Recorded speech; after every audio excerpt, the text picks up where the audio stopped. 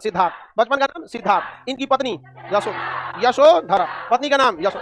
देखिए इनका जब ये जन्म लिए थे ना, बचपन में इन्हें एक ज्योतिष ने कह दिया था कि बहुत ज्ञानी होगा, अत्यधिक ज्ञानी होगा, और ज्ञान के तलाश में ये मतलब जितना भी ये आपकी राजमहल की चार दीवारी से छोड़ देगा और अपने ज्ञान से पूरे विश्व को ये प्रकाशित करेगा और इसको कोई नहीं रोक सकता है। बहुत ज्यादा ज्ञानी होगा और घर द्वार छोड़कर चला जाएगा। तो राजा बहुत टेंशन में होगा कि भाई पत्नी मरी गई है, अब यो चलिए जाएगा तो फिर दिक्कत हो जाएगा। तो लोगों ने कहा कि उन्होंने बहुत सारे विद्वानों को बुलाया कि आखिर इसका कोई ना कोई उपाय होगा, ये विद्वान ना हो सके। तो लोगों ने कहा कि शादी करा दीजिए। अब जरा लॉजिक सोचिए, ज्योतिष बोल रहा है कि बहुत विद्वान होंगे, रोकना है तो ब्याह करा दीजिए।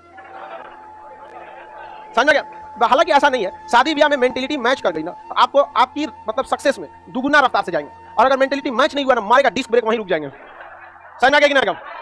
लेकिन हमारे बैच की लड़की सब आप किसी के लिए डिस्टर्बेंस नहीं करेंगे लोग, इतना तो है। समझ आ गया कि नहीं? अगर कभी किसी को डिस्टर्बेंस नहीं करना, और हम समझाते हैं कि नहीं, किसी से मुंह फुला के नहीं बैठना 5 मिनट से ज्यादा के लिए। देखो याद कर ले, 5 मिनट से ज्यादा किसी को भी मुंह फुलाना नहीं। लड़कों को ये चीज थोड़ा भी पसंद नहीं, उसको मुंह फुला के कोई बैठ गया, वो बस इंसानियत के मतलब बर्दाश्त करता है, तो अंदर अंदर पूरा खोलते रहता है, कुछ बोलता नहीं है लेकिन ब्रेक लगे रहता है। किसी दिन ब्रेक फेल हो गया तब। समझ आ गया कि नहीं?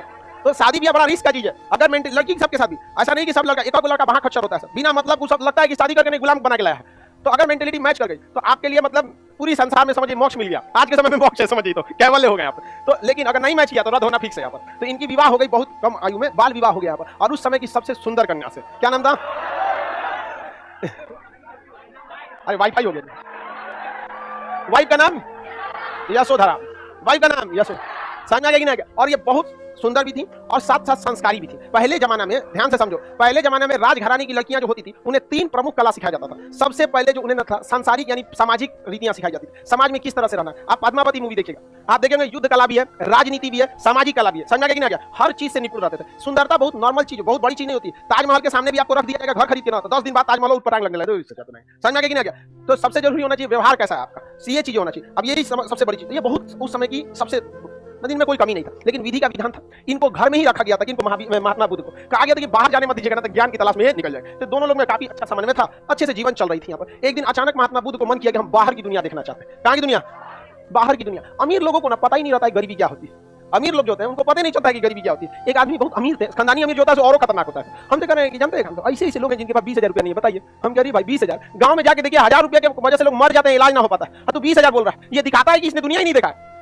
गांव के एक एक गरीब किसान का देखेंगे ना, चप्पल को अपने हाथ से 10 जगह से सिले रहता है। लेकिन हाँ, गांव में संस्कार ज्यादा देखने को मिलता है। भले गरीबी रहेगा, जाइएगा तो कुछ देना, खेते में से दुगो बोलेगा गोभी लौकी वही दे देगा, ले जाइए। यहाँ पे ये चीजें काफी अच्छी रहती है और वहाँ पे काफी सदका आदर सत्कार रहता है। शहर में कुत्तों से सावधान, घुसते लिखा रहता है कुत्तों से सावधान, अजीब टाइप की फीलिंग आती है। चलिए आप ध्यान से समझिए। तो इन लोगों में काफी समझ था, ये बाहर गए तो इनको शुरू से उसी माहौल में रखा गया था कि हम एकदम राजघराने में खाना खाने के टाइम पे फटाक से खाना लग जाता था। ये बाहर गए तो इनको देखने को देखे तो एक बेचारा गरीब आदमी जा रहा था, बहुत गरीब था, अचानक चल आया। और उससे पहले पूरा प्रोग्राम बनाया गया था, कैसे डोनाल्ड ट्रंप आ रहा था तो पूरा गरीबी के लिए दीवार ढक दिया गया था, लगा दिया गया था कि नहीं। तो अभी नेता होता जाते हैं सब। अब मोदी जी एक बार आए थे तो कहते कि पटना की ट्रैफिक व्यवस्था बहुत अच्छी लगी। अच्छा हटा दिया था ना, तब ना आपको अच्छा लगा। यहाँ पे किसी दिन आइए आप, यहाँ जाम में ना कोचिंग के सामने कोई आ गया तो उसका तरह हाल हो जाएगा। उसी तरह पूरी व्यवस्था रखी गई थी। किसके लिए? किसको? फिर कोई बेहोश हो गई। ये बाहर गए थे घूमने के लिए तो अचानक एक गरीब आदमी मिल गया। तो इन्होंने पूछा कि ये इसको क्या हुआ, इतना दिक्कत में काहे लग रहा है? तो कहा कि भैया गरीब है। तो उनको लगा कि भाई हमको छुपा के रखा गया। फिर वो आदमी देख लिया बीमार, तो उन्होंने कहा कि भाई ये इसको क्या हुआ है? उन्होंने कहा बीमार है, सब लोग बीमार पड़ेंगे। इनको टेंशन हो गया क्योंकि इनको हमेशा से उस माहौल में रखा गया था छुपा के, क्योंकि पहले ही ज्योतिष ने क्या कह दिया था कि इनके ये बहुत विद्वान होंगे और घर छोड़ के चले जाएंगे। तब तक देखा कि एक आदमी बूढ़ा हो गया है, तो बूढ़ा था एकदम। तो कहा एकरा का भाई भाई क्या टेढ़िया के चल रहा है? तो कहा बूढ़ हो गया है।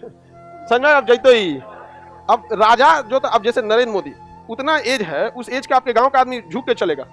लेकिन उनको देखेंगे हमेशा डाइट मेंटेन, पूरा चार्ट बनता है कि आज दोपहर 3 बजे कौन चीज खाएंगे, अमेरिका जाएंगे तो क्या खाएंगे, पूरा व्यवस्था रहता था। एकदम बेहतरीन फिटनेस में रहते हैं।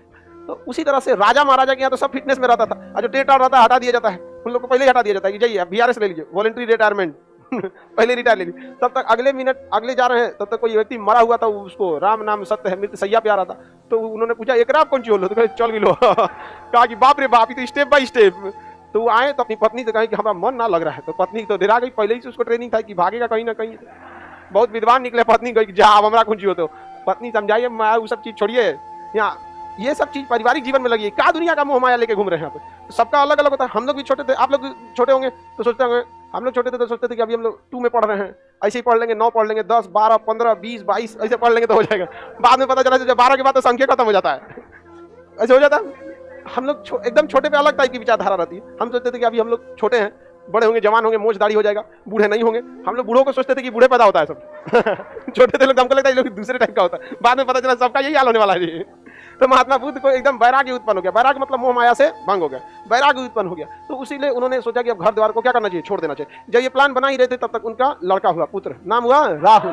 क्या नाम हुआ, क्या? लेकिन सारा चीज छोड़ छाड़ के उन्होंने घर को क्या कर दिया, त्याग दिया। 29 वर्ष की अवस्था में उन्होंने क्या कर दिया, घर त्याग दिया, गृह त्याग दिया। 29 वर्ष की अवस्था में अपने भाई नंदी वर्मन के, सॉरी महावीर स्वामी थे, नंदी वर्मन से किसने पूछा था, महावीर। अब उन्होंने घर छोड़ा था 30 वर्ष की अवस्था और इन्होंने छोड़ा 29। अब जब ये घर छोड़े, जब घर छोड़ दिए तो ये अलग अलग गए शिक्षा लेने। तो इन्होंने अलार कलाम से दिया था सांख्य दर्शन की शिक्षा। अलार कलाम से कौन सी शिक्षा,